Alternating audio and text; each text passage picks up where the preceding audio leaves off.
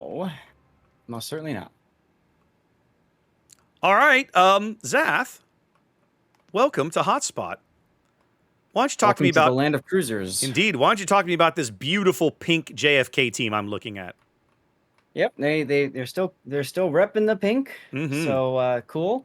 JFK and KSM are tied up, so this is game 3, and we have Holsch in a Moskva with unique upgrade, Yorn in another Moskva with unique upgrade. Pretty much what you'd expect to see for Moskvas. And speaking of Moskvas, there's another one. And that would be Badmiral Numbnuts. Oh, wait, there's another one. That would be Ron James Dio in another unique upgrade Moskva. And then you've got BP Fresh and unique upgrade Hound Lu saying, let me stick in between all of you guys because look, there's Goon in another Moskva. Unique upgrade. And then Mako in a Hound Lu with unique upgrade. Getting the feeling here. This is all about unique upgrades. And then there's of all ships, a Republic. Interesting choice. In typical I Want to Live build with Honore for buffed Turret Traverse and Adrenaline Rush. And then you've got Navy Cadet in a Loria. And nothing special about his build, really. Nope, typical survivability build. Now, Zath, as I look over the KSM lineup, I gotta say, if I am Paranoid's Yang, I am quite paranoid. This man is the only destroyer on the entire board. The only one. He's it. Numero uno, first and last. Running a fairly heavy torpedo build, Yu Yang there. No radar, but smoke, which, okay, works. I mean, why, with this many cruisers in the game, who needs radar, right? You got why bring radar on your destroyer? He is fronted his fellow teammates. We've got Malikin's Henri headed to the 10 line, headed towards the decap, along with Jinsi's Moskva, unique upgrade, backed up by Swag's Montana, much more of a survivability build. The other 5 ships on his team, that's Knight's Salem, John's Ruggiero de Loria, Snob's Moskva with a unique upgrade, Ganser's Henri, and Moko's Henri, all headed towards the A, B flank. Quick as you can, please. Yep, we've seen this before. Maybe you have. We'll see. This is going to be wild, right? These teams are taking radically different approaches to this map right now. You can just see it.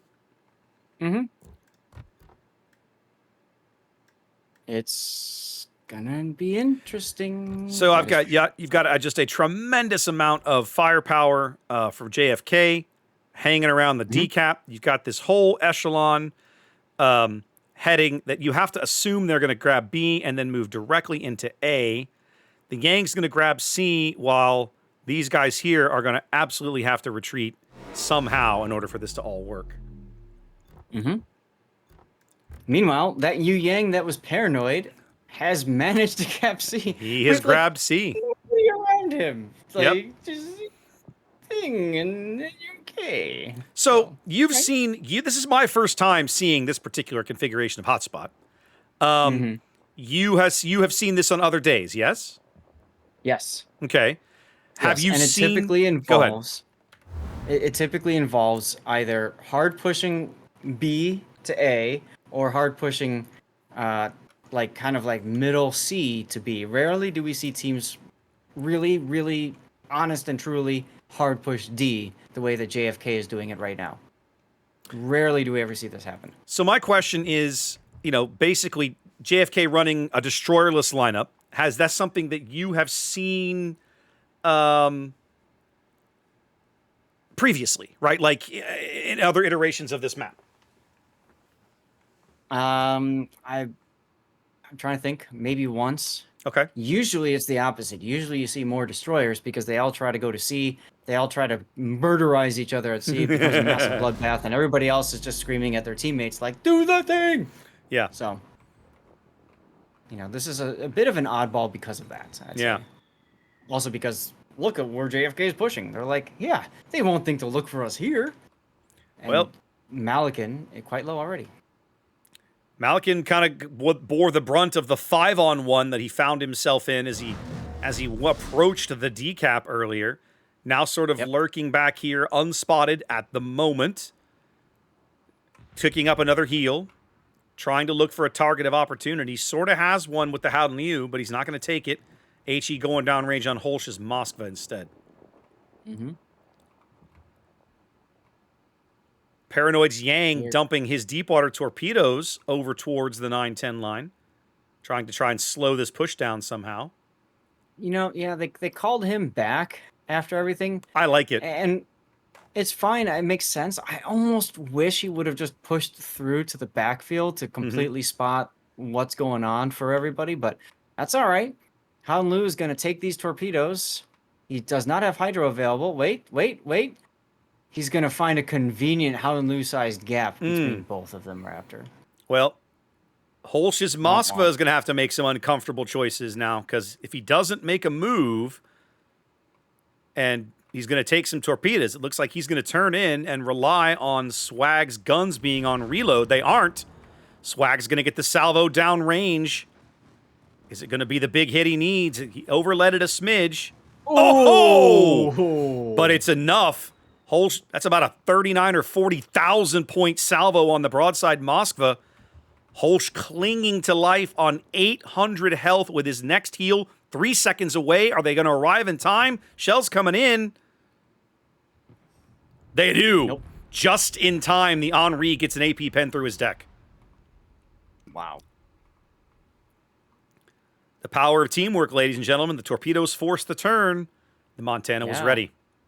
So the Yu Yang torpedoes, though missing their the initial target, still managed to impact that game. Mm-hmm. Still having an impact. I love Yang. She's such a good boat.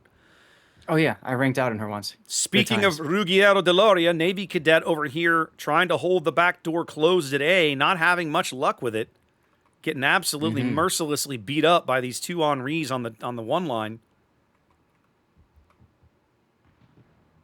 Succeeding so far, but you have to wonder how long that's going to last.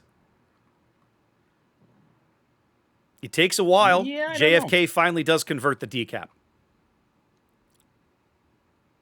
Yeah, they paid a pretty hefty price for that decap, though. They did indeed. They lost an entire Moskva for it, and they're already nearly 300 points down in a game that's only 7 minutes old.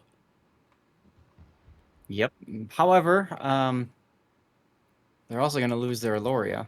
They are going to lose the Ruggiero. It's only a matter of time. It's a question of how much damage he does on his way off the board. He's going to get pushed here. The Henris are burning him out. He may not even survive. Okay, he's not. The Moskva's going to punch him out right around the time the Salem rounds the headland.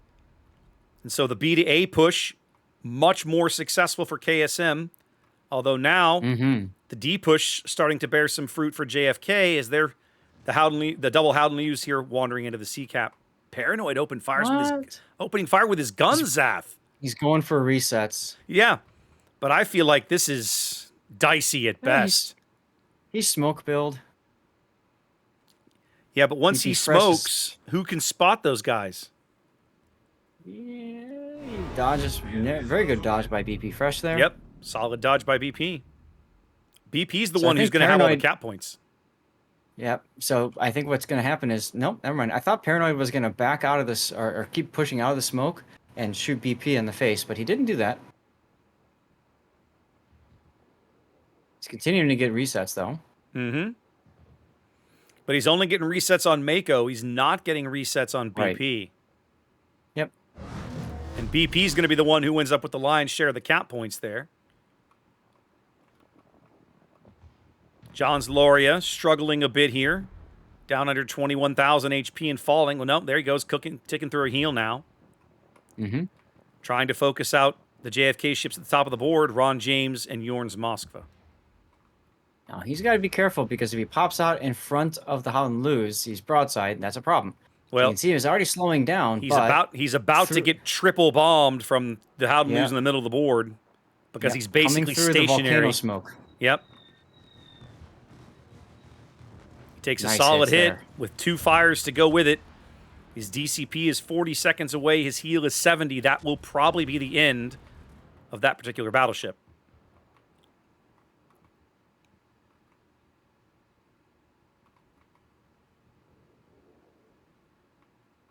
What else? Up there? There we go with more.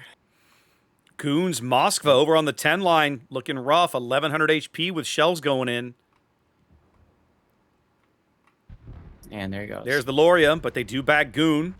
So no actual points advance for JFK. Still down 2 ships. You know what I love about what these guys have done, Zath, with this kiting flank at D? They've left the Montana in the corner up against the map edge, which severely restricts what the cruisers could do, right? The Montana over here. Yep. As he takes down, or Moskva takes down Badmiral. Yep. Numbnuts.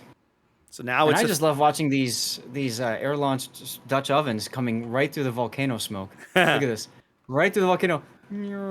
Like that just looks cool. It does look actually pretty cool.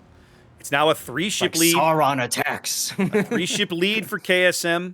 They're 90 seconds from a win here in this decisive Game 3, trying to get to the winner's bracket final.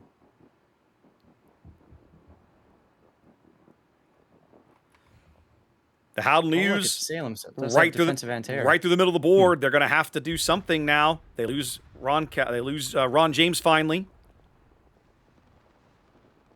All that's left is that Republic saying, "My cruisers, man, what up?" More torpedoes on the broadside. Mako's got the hydro ticking.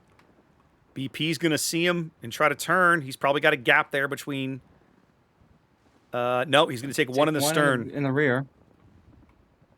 And then meanwhile... And Mako just going to take just one, just plowing through it. Yep. Leaving... And Henri... And out. Done.